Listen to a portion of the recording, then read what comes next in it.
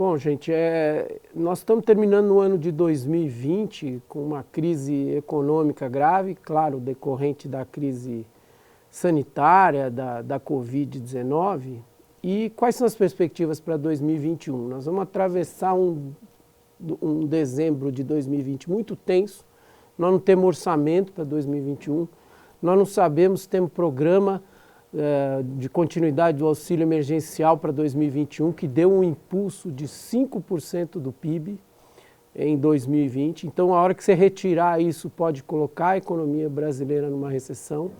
Nós estamos com 14 milhões de desempregados, uma taxa de subutilização de 30% da força de trabalho. Então, o mercado de trabalho está completamente desestruturado.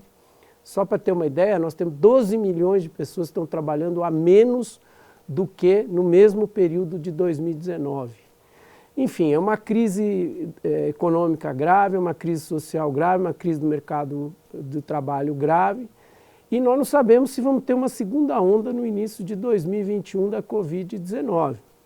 De modo que o que será 2021? 2021, infelizmente, tende a ser um ano bem difícil, não sei se tão difícil quanto 2020, porque esse vai ser de uma queda grande, de 5% do PIB, talvez a maior da história econômica do Brasil. E 2021 deveria ser um ano de retomada da economia, mas com a ausência de governo, porque o que nós não temos é governo, não tem governo, nós temos um ministro ideólogo da economia que fica dizendo que vai privatizar, vai vender, vai desmontar o Estado, dizendo que vai vir o investimento privado para salvar a economia brasileira. Isso não existe em lugar nenhum do mundo. Nenhuma crise dessa proporção, você sai dela sem o Estado, sem o investimento público. E nós não temos nem orçamento para o ano que vem. E estamos garroteando, limitando o papel das empresas públicas, das empresas estatais, estamos contendo os bancos públicos, enfim.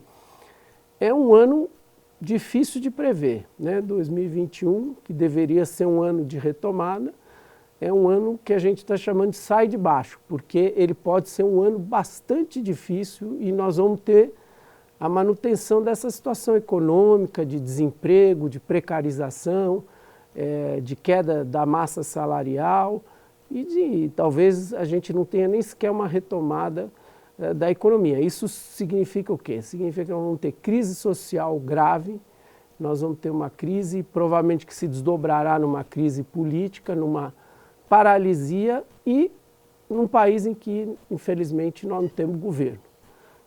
Então é preciso rearticular as forças políticas, a oposição, na direção de ter um programa econômico mínimo que preserve a população mais vulnerável, que preserve os desempregados, e isso vai depender do que vai acontecer na luta política nas próximas semanas e meses, no início de 2021.